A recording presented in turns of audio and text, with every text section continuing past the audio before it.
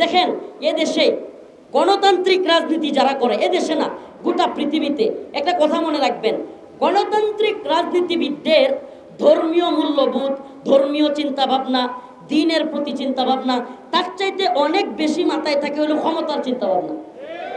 এটা একটা মাথায় ঢুকান যে গণতান্ত্রিক রাজনীতি তথাকথিত এটাতে যারা জড়ায় গেছে এদের মধ্যে টেন্ডেন্সি এটা থাকে যে আমি কিভাবে ক্ষমতায় যাব।